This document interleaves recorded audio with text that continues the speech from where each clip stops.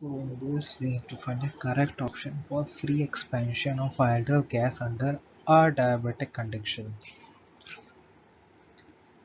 So we know that for adiabatic process or condition Q is equals to 0.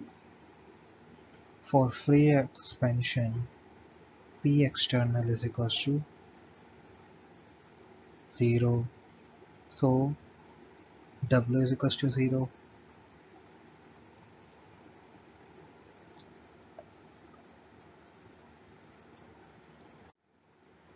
And from first law of thermodynamics, delta E is equals to 0. So we will find where Q is equals to 0 and W is equals to 0. So Q is equals to 0 is here and W is equals to 0 is here and here.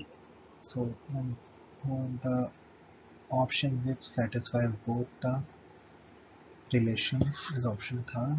So correct option is option third. Here adiabatic process Q is equals to 0, P external is equals to 0, W is equals to 0 and delta E is equals to 0 because of first law of thermodynamics. So correct option is option 3.